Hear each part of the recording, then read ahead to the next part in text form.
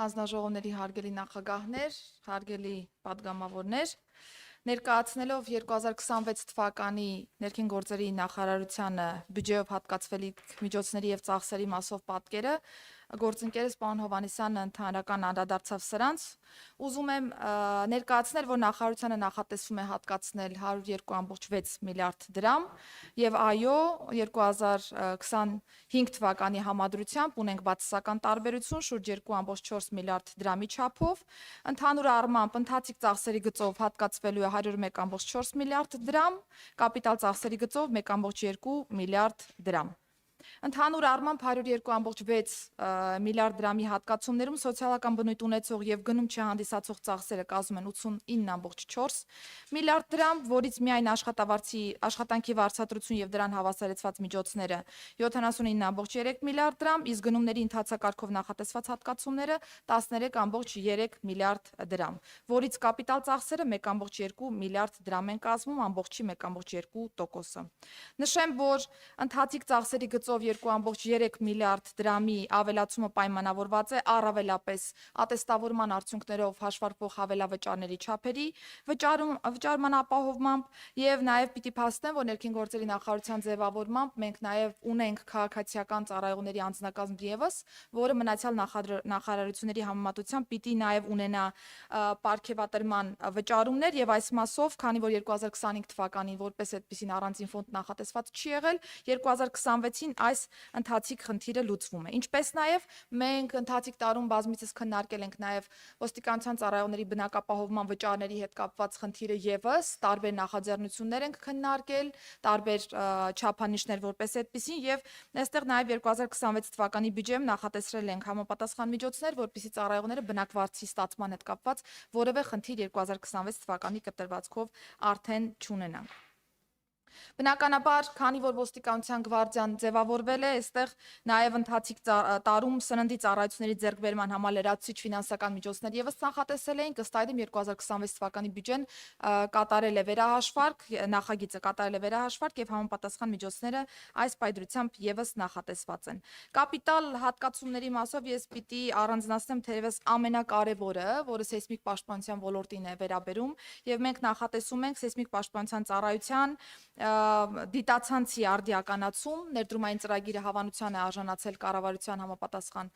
հանձնաժողովի կողմից եւ ըստ այդմ նախատեսում ենք ունենալ երկրաքիմիական կայանի թվով 6 հատտանակի ձեռքբերում, ինչպես նաեւ թվով 13 կարևորագույն նշանակության սարքեր սարքավորումներ, որոնք թույլ կտան սեյսմիկ պաշտպանության ոլորտում ավելի ճշգրիտ հաշվարկներ իրականացնել եւ ճշգրիտ կանխատեսումներ նաեւ եւս ապահովել։ Շենք շինությունների շարունակական շինարարության մասով նախատեսված է 700 միլիոն դրամ, ինչպես նաեւ փրկարար ծառայության ներդրումային ծրագրի շարունակականությունն ենք ապահովելու եւ այս տարի եւս ձեռք ենք բերելու արդեն 26 թվականի կտրվածքով եւս ձեռք ենք բերելու նոր տրանսպորտային միջոցներ, հաշվիչ փրկարարական գույք նկատի ունեմ, հատկացվող փրկարար ծառայությանը։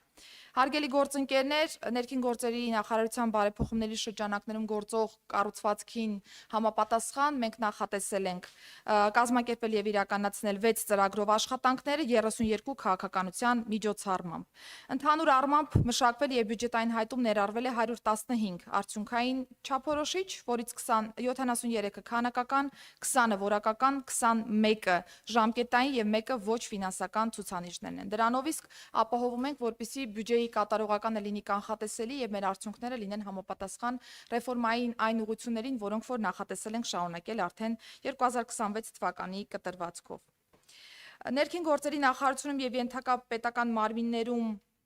մեկնարկած խորքային բարեփոխումները գործընկերներ շարունակվել են նաև այս տարվա կտրվածքով եւ բյուջե ներկայացնելիս բնականաբար չենք կարող չանդրադառնալ նաև այս հարցերին։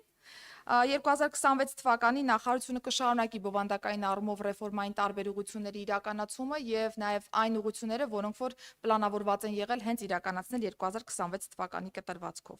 Ներկայացնելով հասարակական կարգի պահպանության եւ հասարակական անվտանգության ապահովման ուղղությունը, պիտի փաստեմ, որ 2025 թվականի 9 ամիսների հաշվարկով մենք գրանցված հանցավորության ընդհանուր պատկերում ունենք լատենտային համարվող հանցագործությունների բացահայտման էական աճ, այսինքն այն հանցագործությունները, հանցագործությունները, որոնք 2024-ին, 23-ին հիմնականում եւ նաեւ նախորդ տարիներին եղել են լատենտային հանցագործություններ, 25 թվականի 9 ամիսների կտրվածքով մենք ունեցել ենք բացահայտումներ եւ ըստ այդմ հանցավորության ընդհանուր գրաֆիկում այս խումբ հանցագործությունները նկատվում են աճի տեսքով։ Օրինակ, թմրամիջոցի ապօրինի շրջանառության դեպքերն են աճը 391 դեպքով, զենքի ռազմամթերքի ապօրինի շրջանառության դեպքերն են աճը 249 դեպքով եւ այսպես շարունակ։ Գործընկերներ պիտի փաստեն, որ հաշվետու ժամանակահատվածում ընդհանուր հանցավորության կառուցվածքում ծանր եւ առանձնապես ծանր հանցագործությունների մասնաբաժինը նվազել է 0.7%-ով, այսինքն ունեցել ենք կրկին ոչ մեծ եւ միջին ծանրության հանցագործությունների հիմնական արձանագրում, որը կազմել է 85.7%։ Իրականացված աշխատանքների արդյունքում պիտի նաև փաստեմ, որ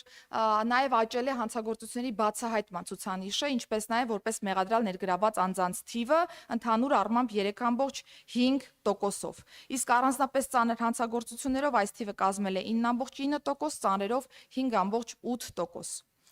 Ներկայացնելով հանցավորության շարժընթացը հիմնական եւ հատկապես հանրությանը անհանգստացնող հանցագործությունների, առաջին հերթին կցանկանամ անդրադառնալ սպանության դեպքերին, որովհետեւ վերջին ժամանակահատվածում հատկապես թեման շատ քննարկվում է, շոշափվում է եւ բազմաթիվ հարցեր են օբյեկտիվորեն առաջ գալիս։ Ուզում եմ փաստել առաջին հերթին, որ հանրապետության մակարդակով շարունակում է մեզ մոտ գերակշիռ մնալ կենցաղային բնույթ ունեցող սպանությունները եւ այս դինամիկան ըստ էության պահպանվում է եւ որևէ էական կտրուկ եւ վտանգավոր, այսպես ասեմ, վերափոխումներ չի ունենում։ Ընդ որում, երբ որ խոսում ենք նաեւ ընդհանուր գրանցված դեպքերի մասին, պիտի փաստեմ, որ նաեւ վիճակագրական առումով որևէ էական մեծ թվով շարժ կամ կտրուկ աճի տեմպեր որպես այդպեսին չունենք եւ նաեւ պիտի ընդունենք, որ սպանությունները մեր հանցավորության ընդհանուր կառուցվածքում կազմում են ընդամենը 0.2%-ը։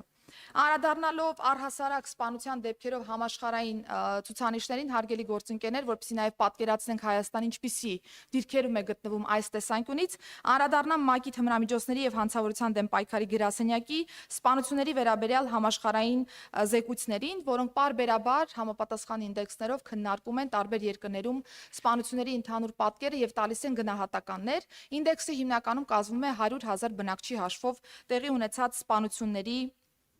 հաշվարկով եւ պիտի փաստեմ, որ 2021 թվականին ընդհանուր առմամբ միջին համաշխարհային ցուցանիշը կազմում է 100,000 բնակչի հաշվով 5.8 դեպք։ Ընդ որում այս գնահատումը պարբերական բնույթ կրող գնահատում է եւ 4-ից 5 տարվա կտրվածքով է պարբերաբար ՄԱԿ-ը թարմացնում այս գնահատումները։ Հայաստանը, հարգելի գործընկերներ, շարունակում է համաշխարհային միջինից ցածր ցուցանիշներ գրանցել, այսինքն երբ որ ասում ենք միջինից ցածր ցուցանիշներ, սա դրական արդյունք է, որովհետև եթե համաշխարհային մակարդակում 100,000 բնակչի հաշվով միջինում 5.8 դեպք է սպանության արձանագրվում, 2021 թվականին Հայաստանի մոտ այս ցուցանիշը եղել է 2, 22 թվականին 1.9, 2023-ին 1.8, 2024-ին 2։ Ակնհայտորեն նկատում եք, որ կրկնակից ավելի, այսպես ասեմ, նվազում ունենք մենք ընդհանուր առմամբ միջին համաշխարհային ցուցանիշից։ Իհարկե, սա չի նշանակում, որ մենք չենք շարունակում հետևողականորեն այս ուղղությամբ աշխատանքներ ձեռնարկել, որովհետև երբ որ հատկապես խոսում ենք սպանության դեպքերի մասին, պիտի նկատենք, որ առավելապես հիմնական պատճառները հանդիսանում են կրթական հարցերը, առողջապահական հարցերը, սոցիալական տարբեր հիմնախնդիրները, որոնք որ մեր ուշադրության կենտրոնում են եւ այս տարվա կտրվածքով արդեն իսկ թիրախավորելով բոլոր հիմքերը նախարարության կողմից մշակման փուլում է գտնվում հանցավորության կանխարգելման նոր ռազմավարությունը, որը բազմաբաղադրիչ է եւ անդրադառնալու է այս խումբ բոլոր հարցերին։ Մարդու դեմ ուղղված եւ հատկապես բռնությամբ զուգորդված հանցագործությունների մասով եւս այս ռազմավարությունը ունի հստակ անդրադարձ եւ ըստ այդմ մենք նախատեսում ենք տարեվերջին ամփոփել այս ռազմավարությունը եւ հանդես գալ նոր մեթոդաբանությամբ հանցավորության կանխարգելման շրջանակներում։ Հարգելի գործընկերներ, երբ որ խոսում ենք անչափահասների նաեւ հանցավորության մասին, մենք ընթացիկ տարում նաեւ քննարկել ենք անչափահասների կողմից կատարված եւ անչափահասների նկատմամբ կատարված հանցագործությունների ընդհանուր պատկերը եւ ես պիտի նշեմ, որ հաշվետու տարում 4%-ով նվազել է անչափահասների կողմից կատարված հանցագործությունները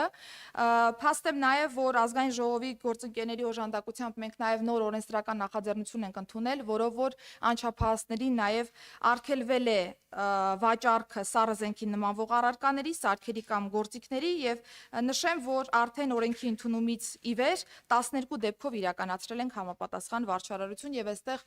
տեմպերը պիտի պահպանենք, որպեսզի օրենսդրական գաղափարախոսությունը, որը համատեղ ընդունել ենք, կարողանանք պրակտիկայում ապահովել։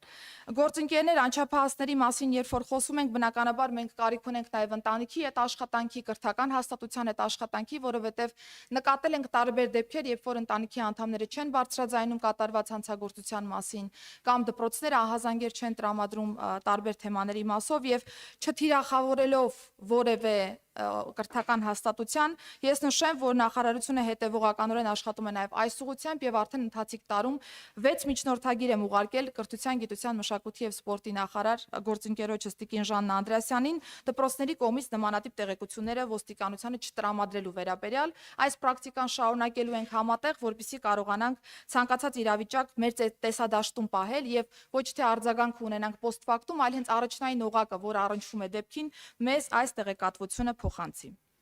Որպես միջնաժամկետ մարտավարություն հաշվետու ժամանակահատվածում մենք շարունակել ենք նաև զենք զինամթերքի ապոնի շրջանառության դեմ պայքարը եւ այս ուղղությամբ նաև արգրավումները եւ նաև կամավոր հանձնման աշխատանքները պիտի փաստեն, որ նախորդ տարվա նույն ժամանակահատվածի համեմատ 59%-ով աճ է գրանցվել արգրավված, հայտնաբերված եւ բացատրական աշխատանքների շնորհիվ կամավոր ներկայացված հրազենի թվի մասով 1074-ից 1708 թվակազմ ունենք այս պայծրությամբ եւ բնականաբար մինչեւ տարեվերջ այս թիվը էականորեն կաճի, որովհետեւ ինտենսիվացրել ենք նաեւ ուժեղացված ծառայությունները, մեթոդաբանական առումով որոշակի փոփոխություններ ենք նաեւ կատարել ոստիկանության կողմից ծառայության կազմակերպման աշխատանքներում։ Անդրադառնալով թմրամիջոցների ապոնի շրջանառության դեմ պայքարին պիտի փաստեմ, որ ունենք ընդունված նոր ռազմավարություն 25-ից 27 թվականները ծածկող եւ այս ուղղությամբ հետեւողականորեն շարունակում ենք իրականացնել մի շարք միջոցառումներ։ Գործընկերներ, տրամաբանական է, որ եթե պետությունը պայքարում է ապոնի թմրաշրջանառության դեմ, նշանակում է վիճակագրական առումով պիտի ունենանք աճ։ Այսինքն պետության տեսադաշտում պիտի հայտնվեն բոլոր այն դեպքերը, որոնք որ կապ ունեն թմրամիջոցների ապոնի շրջանառության հետ եւ բնականաբար մեր վիճակագրական պատկերում հենց այդպիսի իրավիճակի արձանագրվում։ Թմրամիջոցների ապոնի շրջանառության դեպքերի հայտնաբերման թիվը աճել է 18.1%-ով եւ պիտի նաեւ նշեմ, որ այստեղ արգրավումների էական փոփոխություն ունենք։ Իրավապահ համակարգի կողմից ձեռնարկված աշխատանքների արդյունքում 9 ամսվա հաշվարկով արգրավել եւ ապոնի շրջանառությունից դուրս է բերվել 415 կիլոգրամ 281 գրամ տարբեր տեսակի թմրամիջոց, ինչը գրեթե կրկնակի անգամ ավելի է նախորդ նույն 9 ամսվա ժամանակահատվածի համադրությամբ։ Նախորդ տարվա 9 ամսվա կտրվածքով մենք շրջանառությունից հանել էինք շուրջ 205 կիլոգրամ թմրամիջոց։ Նշեմ, որ արգրաված թմրամիջոցներից 37 կիլոգրամ 175 գրամը սինթետիկ տեսակի են։ Ինչու եմ սա հատկապես ուզում առանձնացնել, որովհետև մենք